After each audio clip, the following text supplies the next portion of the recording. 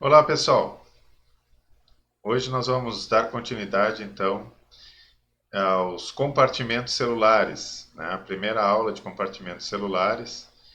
Na aula passada nós falamos um pouquinho sobre ribossomos, né? E agora nós vamos dar continuidade, seguindo, né, a via biosintética secretora, né, que é a via de produção de proteínas que vão ser utilizados para a célula e também para exportação, tá? Então, a organela ou compartimento que vem na sequência do ribossomo é o retículo endoplasmático, tá? Na aula passada nós falamos que dependendo do destino da proteína que está sendo produzida no ribossomo, ele pode ficar ou livre no citoplasma ou ele ficar acoplado ao retículo endoplasmático, tá? Então esse retículo o que que é? Ele é um sistema de membranas da célula, né? Então é um compartimento envolto por membranas, né? Que é formado por partes tubulares e outras partes vesiculares, que estão interligadas, né?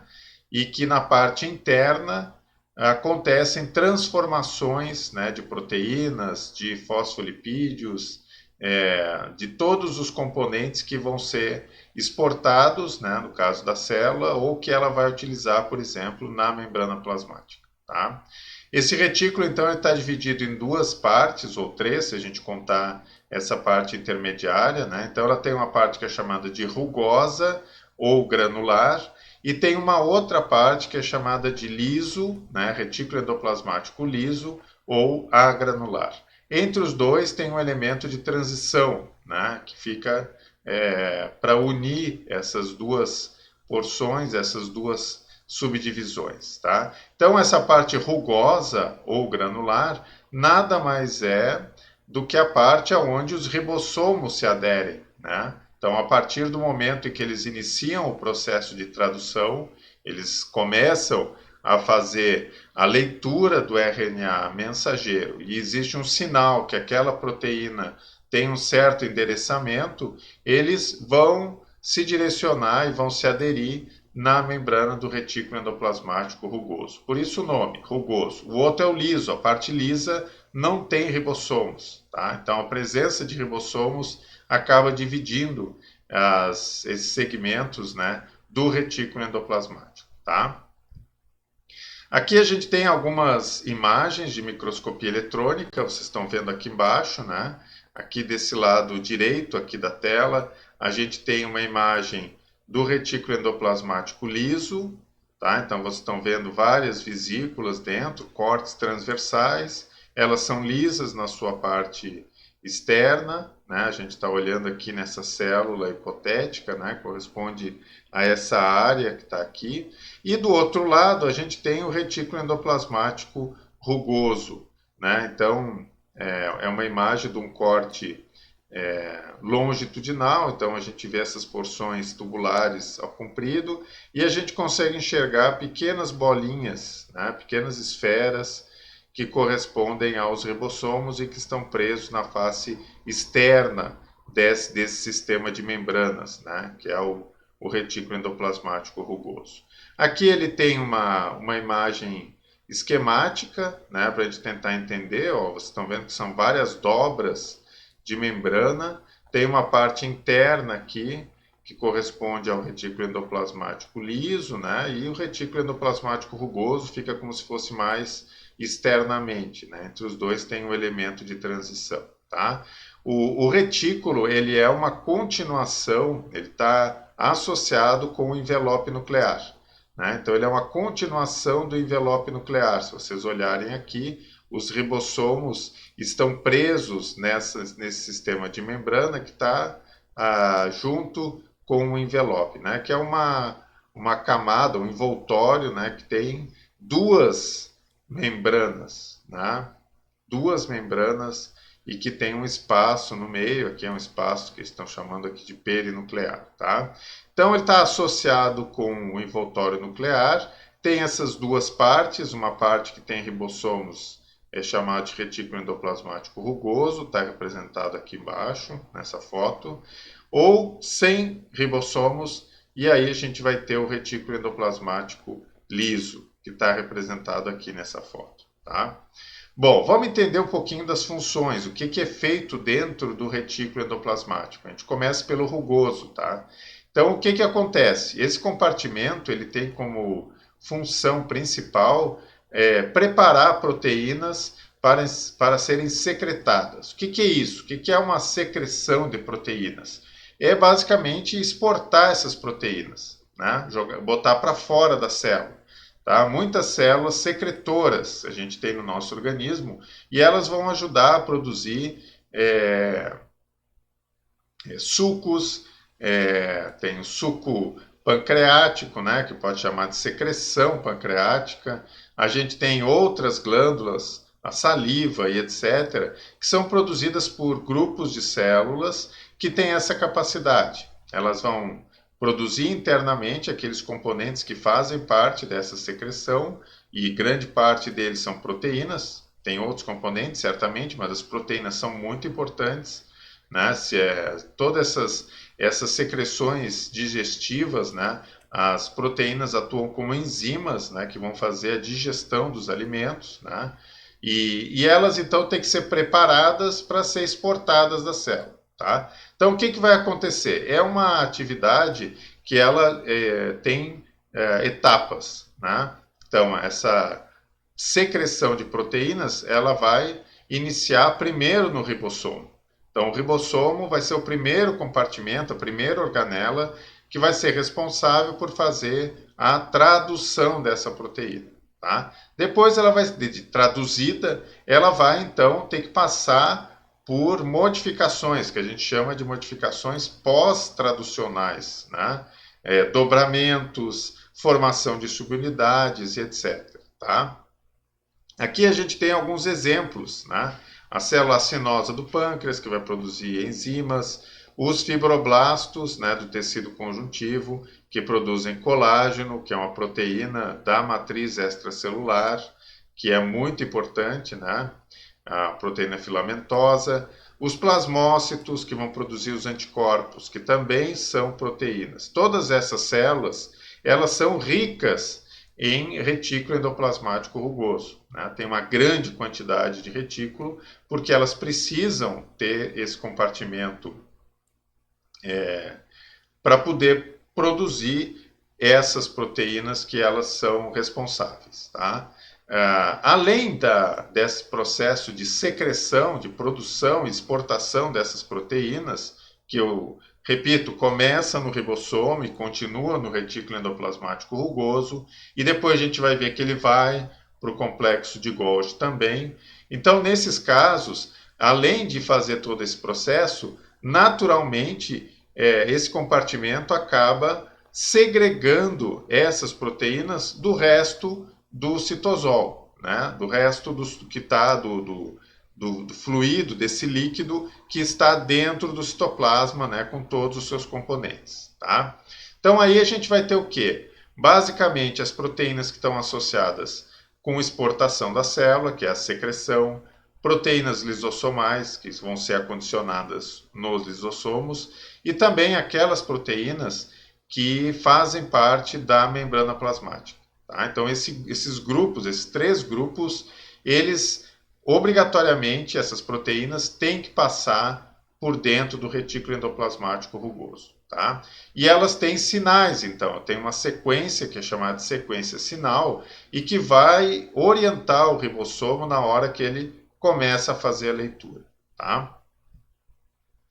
O que mais que acontece dentro do retículo? Bom, dentro desse processo aí de secreção das proteínas, elas muitas vezes são associadas com açúcares, né? Então formam o que a gente chama de glicoproteínas, né? Nós falamos disso quando falamos do glicocálix na membrana plasmática, né? São proteínas que estão ligadas na membrana, fazem parte da membrana e que na parte externa, né, que está voltada para o meio extracelular, elas têm uma porção glicídica. Tá? Então essa porção ela é colocada, ela é associada à proteína dentro do retículo endoplasmático rugoso. Então a gente chama isso de glicosilação.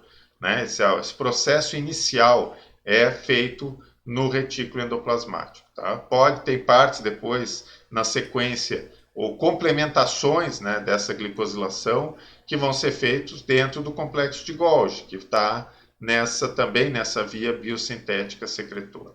Tá? Secreção de proteínas integrais de membrana, então elas vão ser montadas da membrana dentro do retículo, vão passar pelo Golgi e do Golgi vão ser incorporadas na membrana. Tá? Montagem de moléculas proteicas complexas, né, que tem múltiplas cadeias, que tem subunidades, tem que estar todas interligadas. Tudo isso é feito dentro do retículo endoplasmático rugoso. Tá? Então ele é muito voltado para a secreção e para produção de proteínas. Tá? Mas também tem uma participação na síntese de fosfolipídios que vão ser usados, vão ser incorporados na membrana plasmática. Tá? Então a membrana ela vai se renovando, né? Ela tem que se renovar, a membrana externa, a membrana plasmática da célula.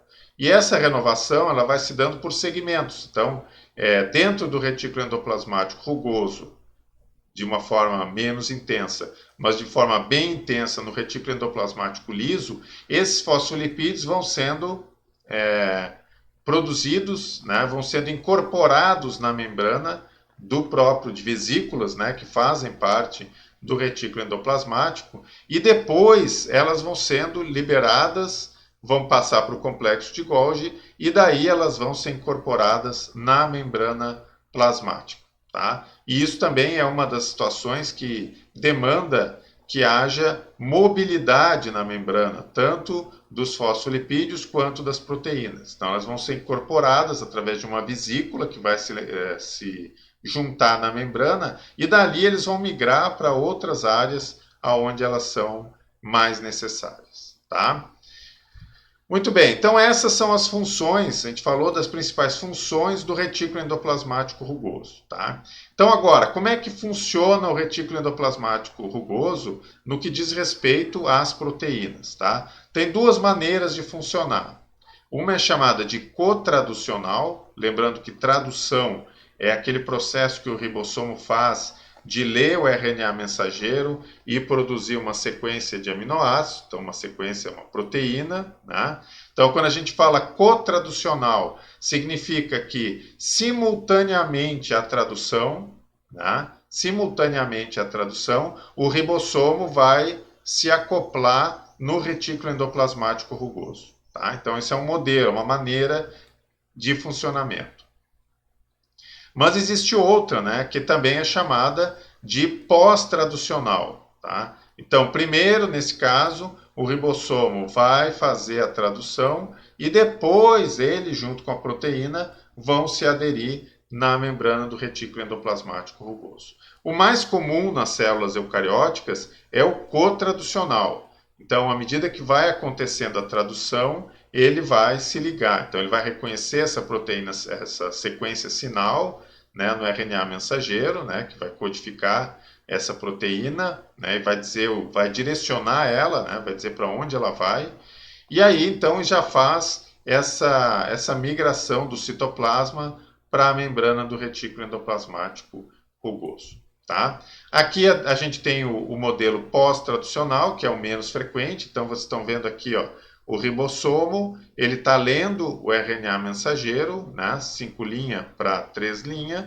A sequência sinal já foi produzida e a partir da produção dessa sequência sinal e da continuidade, outras proteínas, né, que estão aqui com a cor amarelo, né, amarelo forte, né, essas proteínas, elas se ligam nessa cadeia que está sendo produzida e acabam levando essa cadeia, né, para a membrana do retículo endoplasmático e a partir daí ela é introduzida por esse canal, né, tem uma proteína que é uma espécie de receptor, né, dessa proteína e internaliza na parte da cisterna do retículo endoplasmático, aonde então ela vai sofrer os processamentos que vêm depois, né, que são necessários para que ela seja secretada ou vai para os lisossomos ou seja incorporada na membrana. Tá? Então aqui primeiro ocorre a tradução, o ribossomo completa a tradução e aí essas outras proteínas aqui, elas se encarregam de levar a cadeia peptídica que foi recém-feita para dentro do retículo endoplasmático. Tá? Bom, o sistema cotradicional é o mais corriqueiro, né? O que é o mais utilizado pelas células, tá? E ele então ele tem algumas diferenças desse pós-traducional. Primeira delas é que logo que ocorre a síntese então aqui do início da cadeia de aminoácidos, então essa sequência sinal, logo que ela é produzida, vem uma proteína que está aqui em verde, né, com esse nome de SRP, significa proteína de reconhecimento do sinal, e ela vai se ligar naquela sequência de aminoácidos que é a sequência sinal. Então esse é o primeiro passo, né? E ela se liga ali e ela acaba impedindo que a tradução prossiga. Então ela gera uma mudança conformacional que faz com que o ribossomo não consiga mais ir adiante nesse processo de leitura do RNA mensageiro e com isso ele não consegue avançar, né? Então ele vai parar a tradução. Então nesse caso há um bloqueio temporário da tradução por essa proteína de reconhecimento do sinal, tá? E essa proteína vai formar, então, aqui, junto com o complexo todo, né? Ela vai arrastar esse complexo até a membrana do retículo endoplasmático rugoso. Aqui tem um receptor, né? Está em um azul aqui, né? Esse receptor é o receptor da proteína de reconhecimento. Então, isso dá especificidade, vai se ligar aqui porque esse receptor é específico para essa proteína, tá? E, bom, à medida que ele se liga aqui, essa proteína, então, ela pode agora ser removida, né? Ela vai sair, ela vai ser reciclada, vai voltar para o citoplasma para encontrar outra sequência sinal que, porventura, estejam sendo produzidas. Só que o resto do complexo todo vai ficar preso, ele fica ancorado aqui nesse complexo de transporte, né? Que são proteínas que formam um canal, e aquela sequência sinal ela é direcionada aqui para dentro, e a partir daí o ribossomo fica livre para continuar o processo de tradução. Então essa tradução ela é retomada, né? E agora toda a proteína que está sendo produzida, essa nova proteína, ela vai ser colocada para dentro desse canal, que é o que está acontecendo aqui. Ó. Vocês estão vendo que continuou a tradução, só que agora a proteína foi lá para dentro. Né? Então ela vai agora ser colocada na cisterna, aqui na parte interna do retículo endoplasmático. Vejo que aquela sequência sinal, agora ela já perdeu a função dela. A função dela era, aquela sequência de aminoácidos, era ser reconhecida pela proteína de reconhecimento do sinal e ser internalizada. Né? Então aqui acoplada a parte interna desse complexo de transporte, tem uma enzima que é uma peptidase, então é uma enzima que corta aminoácidos, né? E ela faz um corte específico aqui e retira aquele pedacinho que é a sequência sinal. Então a proteína agora ela está dentro do retículo endoplasmático, ela vai ser transformada, vai sofrer todas essas modificações pós-traducionais, né, que acontecem dentro do retículo, e através de vesículas, como está sinalizado aqui embaixo, ela vai ser direcionada para o aparelho de Golgi, vai sofrer outros processamentos lá, e depois, então, ela vai para aqueles destinos, né, que são os destinos, os 3 destinos possíveis das proteínas que passam pelo retículo. Então, a gente tem aí membrana, lisossomos ou secreção, tá? Então, esse é o processo que a gente chama de cotraducional, direcionamento que acontece junto com a realização da tradução pelo ribossomo. Tá? Bom, então esses eram os pontos mais importantes do retículo endoplasmático rugoso. Tá? O retículo endoplasmático liso, ele está mais relacionado com a parte dos lipídios. Tá? Se a gente pudesse fazer uma divisão, né? Claro que ela não é absoluta, como eu falei. O retículo endoplasmático rugoso, ele está voltado para proteínas, mas ele também vai participar um pouco da produção de fosfolipídios, etc., né? Mas se a gente colocar como majoritariamente, o liso, então, ele vai atuar em alguns aspectos associados, então, com modificações e com o metabolismo de lipídios, tá? Então, aqui a primeira que a gente ressalta, a primeira função, em determinadas células, né? Aqui estão listadas algumas delas, as células de Leydig, que ficam no testículo, né? São células que produzem testosterona, que é um hormônio lipídico, né? Um hormônio esteroide lipídico, né? Então ele deriva do colesterol. Na teca interna também a gente vai ter a produção, então, de hormônios que são relacionados, hormônios femininos, né? Precursores do estradiol, né? Então as células da teca interna vão produzir um precursor, depois as células foliculares vão converter esse precursor em estradiol, né? Que também é um hormônio lipídico, né? Na adrenal a gente tem uma gama de hormônios, o cortisol, né? Entre outros, que são hormônios então que derivam do colesterol, né? São hormônios que têm como precursor o colesterol, tá? Então, para fazer essa transformação do colesterol nesse produto final, né, seja ele a testosterona, o estradiol ou mesmo o cortisol, é necessário passar por dentro do retículo endoplasmático liso. Tá? Dentro do retículo endoplasmático liso vai ser transformado, vai ocorrer uma transformação e no final a gente vai ter esse produto que vai ser exportado da célula. A célula de Leydig, ela vai exportar testosterona, ela vai ter uma ação local dentro do testículo, né, na espermatogênese, mas tem também atuação sistêmica, né, então ela vai através do sangue produzir modificações, características sexuais secundárias, etc. Tá? Então, o retículo endoplasmático liso atua muito nessa produção de hormônios, né, hormônios lipídicos, né, que tem esse papel então importante, tá? Além disso, degradação de material tóxico, né? Então isso é específico de um tipo celular, basicamente, que são os hepatócitos, tá? Os hepatócitos são células do fígado e eles atuam degradando substâncias tóxicas que entram no organismo, né? Então aqui a gente tem dois exemplos.